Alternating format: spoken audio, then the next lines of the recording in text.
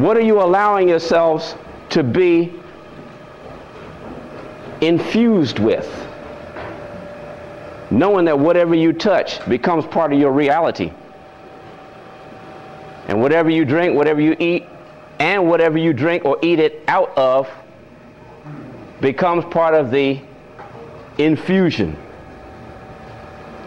Now, the kind of consciousness that Brother Paul was introspecting, this is the kind of thing that people need to be doing 24/7. Everything is introspective. When our children are born, as soon as they see light, they start introspecting. They even start before they come out. But they usually don't remember all of the dynamics. I have met some children that remembered what went on while they was in the womb. Yeah. They saw their mom, they saw certain things and knew certain things that was going on outside of the womb and remembered it. I met a lot of children, they're grown now, but they was in diapers and they remembered me, and that's the only time that I saw them. When they was in diapers. Years later, they walk up on me and they tell me who they are. I'm trying to figure out. I was a baby when you see me. Wait a minute. What kind of consciousness do you have?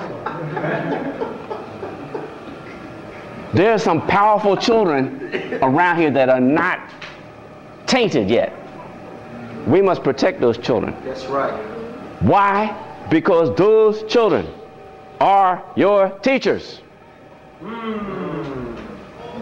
The age is not the key. You're right. It's what is that being carrying.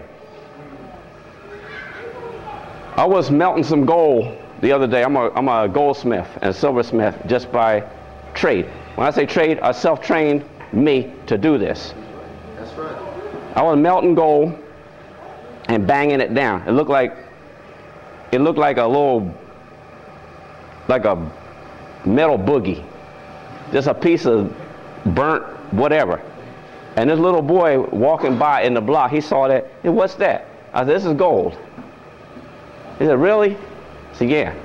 He said, what are you going to do with it? I said, I'm going to make a ring out of it. This boy was about 7, right? So he saw me go through several stages and I had flattened it out. But now while he was home asleep, I had made it into a full ring and put a rock in it and everything like that. Beautiful. So I sent it out where it had to go. And the little boy came back the next day and said, let me see that ring. Oh, I don't have it. So the person was supposed to bring it back to me. I said, I'll bring it tomorrow and I'll show it to you. I showed him the ring. He said, that's nice, I like that. So he was talking about, you know, what you do with rings and all that. And so when I put it away, he goes in his pocket and he pulls out a ring. And it was a diamond ring, right? I said, man, I said, okay, that's interesting. He showed me his diamond ring. I don't know where he got it, how he got it. I didn't even ask him. Like, hey, man, this 7-year-old boy had a diamond ring with a 1-carat diamond sitting in the front and 2 baguette diamonds on the side. He said, well, I'm going to save this till I grow up, and I'm going to give it to my girl. Hip. He said, and you're going to be my best man. Okay. What I was admiring was the consciousness of this young man. That's right. I show you a gold ring, you show me a gold ring. That means I'm in the same level of communicative ability with you. That's right. We can talk. And we can talk about the same ideas, the same substances, the same essence. Yes. I have understanding. That's what that little boy said to me in so many words. I respected that little boy. Now, if I need to do a project and I see that little boy, come on, let's do this project. Why? Because he's qualified. How do I know? Because of the way he stepped to me with the kind of self-fulfillment and the kind of consciousness that he brought with him. Now, those of us who are on this journey, and life, in fact, is a journey. Yes. Every step is a prelude to the next step. The inclusions that you've taken in during each step prepare you for the next step. Yes. Either to be greater or lesser than you are at this moment. With a conscious creed of becoming greater, one could achieve that goal. The other aspect about how to become greater is to respect greater beings. Not, well, is he greater than me? Or we're not greater or lesser than each other. Am I greater than the floor that I'm standing on? That floor is made out of wood. That's dead, right? No, it's not dead. This wood has an integral strength that it agrees to hold my weight. I have a trust in its ability to do so. We have an agreement. So I came up on the second floor because I did not expect to fall through the floor. I had an respect for the builders that set this building up, that they knew what they were doing, but I checked it. Did you see me going around checking the building before I sat down? No, you didn't see me doing that because I do it automatically. Everything I go past, I look at it, and I'm into what's the structure, okay? I'm looking for what? I'm looking for structural defects. Why? Because that's my security. If I step into a danger zone, I deserve what I receive because I wasn't vigilant. If somebody rolls up on you and mugs you, a goodly portion of that is your fault. For not looking on this side, for not looking that way, and for not looking that way, and for not being perceptively, when I say perception, I'm talking about feeling the essence of your aura. Everything that's around you and everything that vibrates in your cipher. Yes. You're supposed to be aware of that. That's part of your security. And you have an agreement with your Creator to protect your being. That being was given to you as your tool for perceiving the universe and getting understanding so you could come back and represent a complete body of the whole essence. Everything is all connected. If your form is dysfunctional, the body will spit you out. It's like if you have particles in your skin that are not supposed to be in there, the white blood cells are going to get behind it and seal it off, and they're going to push it, and they will cancel it and neutralize it, and it'll come off as dead skin. Well, everything in life is a model of everything else in life. So if the body does that, the greater body that you are made out of or that you are part of will spit you out if you do not serve the proper function. Yes. Right? So it's important to be right and exact. How do you do that? By observing. There was no being born that had a classroom naturally emanating out of him. When you're born, you don't see a bunch of chairs sitting facing that way and one podium up the front. You have this thing called curiosity.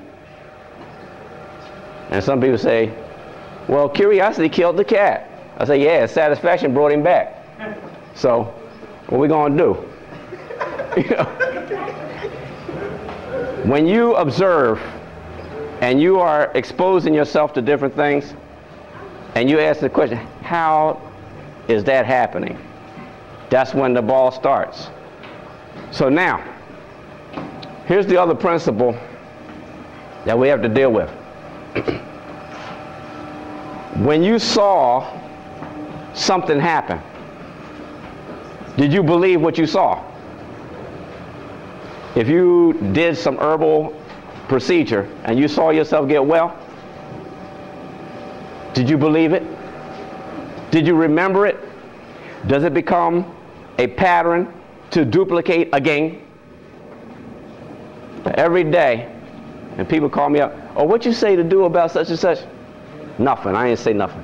Yeah, but you know, don't you remember the other day when I came and you said such and such? What did I say? I don't remember what I said.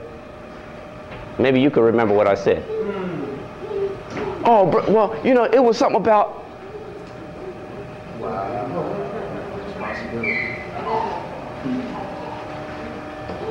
Am I supposed to stand there and give it over and over again?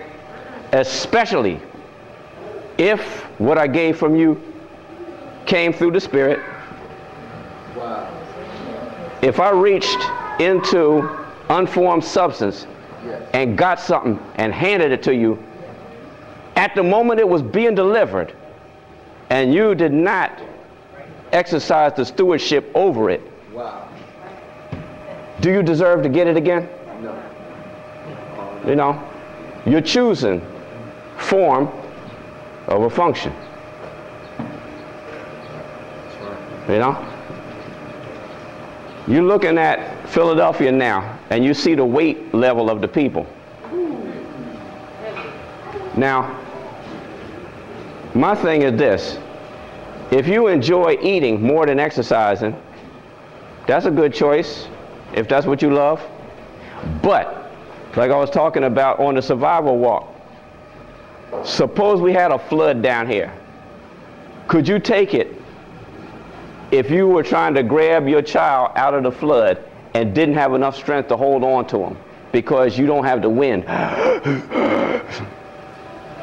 Or if you were running to get out of danger from something falling and you just don't have the stamina to make that run.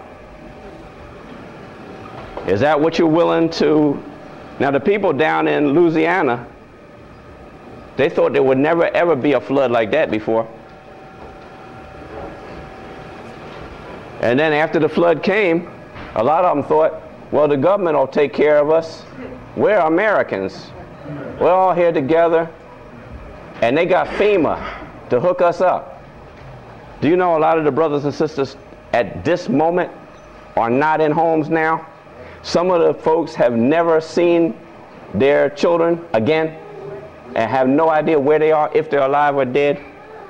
There's a lot of people that actually are dead because in that water were crocodiles and alligators that they specialize in flooded environments because they can function quite efficiently. Big fish out of the ocean that eat flesh, that if they see something swimming around, they'll eat it. We don't want to think about that kind of stuff because that's nasty. A lot of good brothers and sisters went down. Now, you can't necessarily prevent every calamity, but you can sure enough put yourself in the best level of potential that you can. So what am I suggesting? And I'm getting ready to shut it down now, but the essence of that which I'm sharing today is, let's take this thing to another level in terms of respect for self. And what is respect for self? That means when you look in the mirror and you ask yourself, what is that I'm seeing? That you will have the courage and put the time and the essence in to analyze it. Not based on the European paradigm or the European paraquarter or paradollar or whatever. You look at yourself with all of the experience you have from the journey that you've been on and make intelligent guesstimations. And then by trying them out in different scenarios and watching the rate of your successes And also, when you come before a brother or sister that you deem is one of knowledge, how do you handle what that one presents to you? Do you go to a place of, oh, he don't know? Why? Because it doesn't gel with what the European said? Or do you go to a place, okay, that's something to consider. Now, I do not promise to like what you say, but I do promise to listen and consider. Wow. That's all I can give you. And it might take me 6 months, it might take me 2 years to consider it. But at least I am considering it. And out of the things that I've considered, I've made selections. And some of the selections are my current foundation. Brothers and sisters, I only ask you for one favor. One favor only. If you don't hear anything else I said, please hear this favor that I'm asking for. The favor that I'm asking, do not be ignorant. Is that too much to ask? No. What's my favor? No. How many people gonna do me that favor? Thank you.